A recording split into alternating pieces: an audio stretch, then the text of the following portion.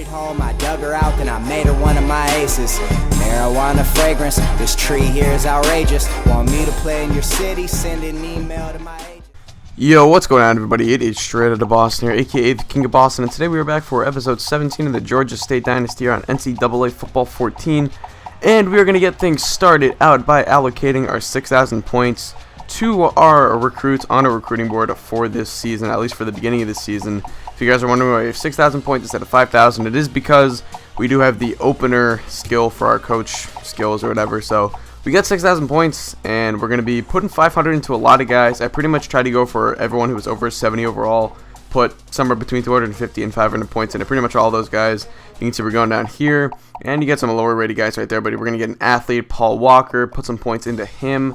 We also have James Ham, this nice tackle. We do not have any right tackles on our depth chart, so we are going, or on our roster, I should say, so we're going to need a tackle. So we're going to go after that guy, and we're going to head into week 1 of the 2014 regular season against Air Force. Now, if you guys did not know, we did put up the realistic schedules for our teams. Now, they are not date-to-date, but because I believe like the Georgia State's more than likely going to have a bye week in week 1 next season, or they're going to play Clemson, depending on how the schedules work out. They know that they are going to play Clemson in that season. They just don't know when.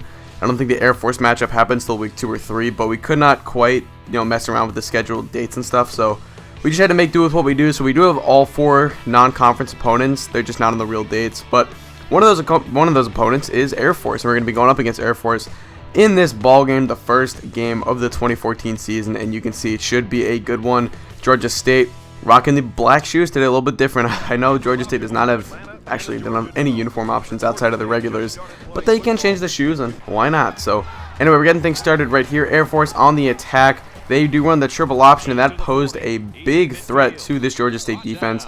Finally, Scott Powers brings down Dano Graves, but Graves picks up a huge chunk right there. And then here we go. Graves is going to almost be brought down by Joseph Peterson, but he'll make the pitch to Driscoll. Here comes Craig Harrison. Look out for Craig Harrison and Scott Powers today. 2 new players who were recruited to the school this season. Scott Powers incoming as a JUCO, so he'll be a junior, and Craig Harris being a true freshman. So here we tackle Louis Doucette right there, and that is going to set up a 4th and 7. So the Air Force kicking team will come out. Now this is something you don't see every day. They do have a black kicker, and he has gloves on both of his hands. A little bit interesting to see there, but he misses the field goal, and they will remain a 0-0 game as Georgia State takes over. Ronnie Bell, the shotgun set. He's going to find Jordan Giles on the curl route. Now this Georgia State receiving corps is in a bit of flux right here, as they did lose their top 3 receivers from last season, Keldon Hill, Albert Wilson, and Danny Williams. But here we go, Gerald House to the outside. If we have to rely on the run game, I don't think that's going to be too bad of an idea at all, as Gerald House picks up a 17-yard gain right there. He got some starts last year. He's going to have to try and replace Travis Evans.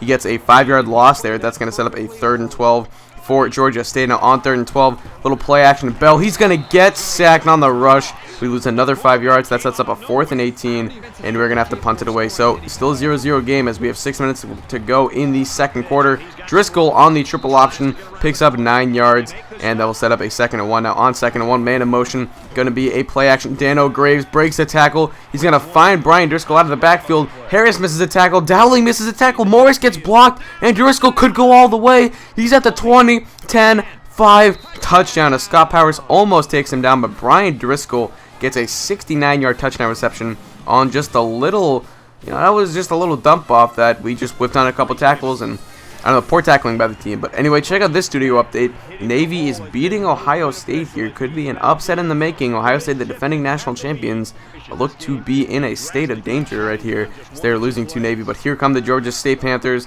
Ronnie Bell deep over the middle, caught by Linquez Blair, one of the guys who's going to have to step up this year to replace the 3 receivers that we lost. But here we go. That's fired, and it's going to be intercepted by Jones. So Ronnie Bell will make the tackle, and that will be a turnover. 1st down coming up for the Air Force Falcons, as Ronnie Bell just his 1st interception of the season, and I'm sure it won't be his last. So here comes Dano Graves. Actually, this is going to be their backup quarterback, Pearson, as Graves was banged up for a couple plays, but he finds Colton Huntsman right there for a 7-yard pickup. And now here we go. Kale Pearson out of the shotgun set once again. He's going to step up and scramble. He's got some room to run, and he's got the first down a lot more before finally being brought down by, I believe that might have been one of our safeties. So 3rd and 5 coming up. Here's Dano Graves back in the game. Graves looking outside. It's caught, but we force him out of bounds. Good play by Dowling, and that will set up a 4th and 5 coming up for Air Force. Here comes their kicking team once again. Can they convert the field goal this time around? 0-1 so far. The kick is up, and it is just inside of the post right there. And Air Force will take a 10-point lead. So it's 1st and 10 coming up for Georgia State. 24 seconds left. Can the Panthers get something going? This is caught by Jordan Giles, and he will be brought down at about the 45-yard line or so. We would have to call a timeout, as I believe that clock would keep ticking. Ronnie Bell here, shotgun set, 4 wide, looks deep. He's got a man. It's caught by Jordan Giles, and that's going to be a first down, a lot more, 43 yards down the field inside of the 10-yard line, and then it's going to set up a field goal opportunity for our kicking team. This kick is up, and it's no good.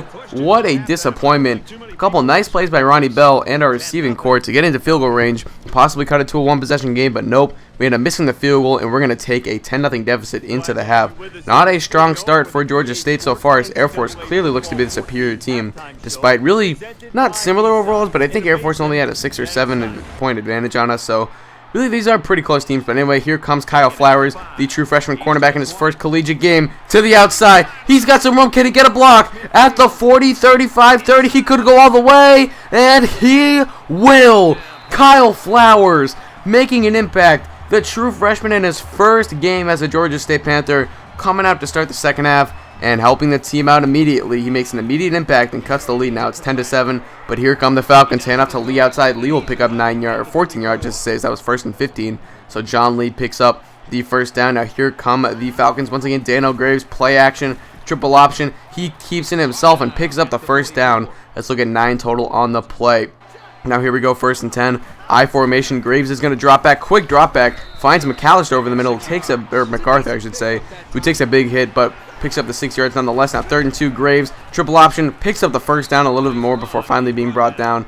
But Air Force continues their drive as we have 6:17 left in the third quarter to have 6:10. Here's another triple option formation. Graves keeps it. He's got some room. He's going to avoid the dive tackle, and Nairo Delic finally brings him down. But that's a 16-yard gain for Graves, and this Air Force offense continues to roll. 2nd and 5. Graves looking to the left side. That's going to be caught by his man, Christian Gann. And that's a 17-yard pickup, so 3rd and goal coming up, another triple option formation. Pearson now is going to drop back. He gets brought down, so Kale Pearson comes in and cannot pick up the first down, and that is going to force a field goal. As you can see, Craig Harris, 6 tackles and 1 for a loss so far. Big game out of him. This kick is up, and it is just inside of the post. Once again, this kicking unit has not been too strong really on either side so far today, but 13-7 ball game. Here come the Panthers. Triple option. Linquez Blair's got the first down and a little bit more. There's a nice little triple slot option right there by Ronnie Bell. And we pick up the first down. Now 1st and 10.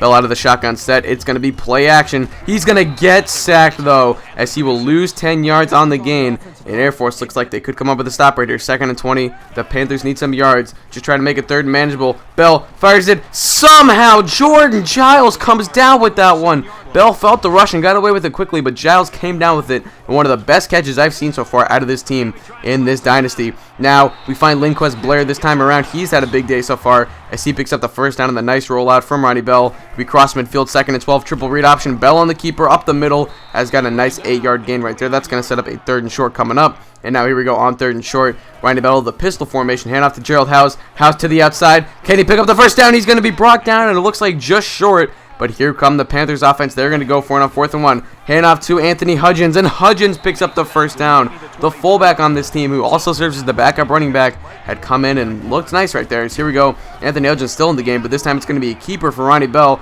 And Bell up the middle. He's got not quite the goal line, but he will set up a 1st and goal at the 1-yard line. Now here we go. 1st and goal. Hand off to Anthony Hudgens, and Hudgens picks up the touchdown.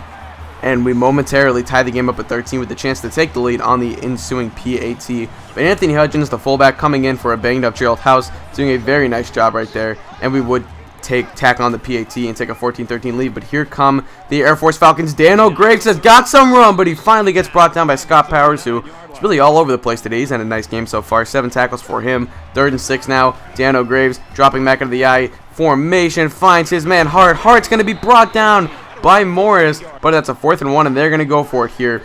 Put a man in motion. It's Driscoll. Graves Play action up the middle's got the first down.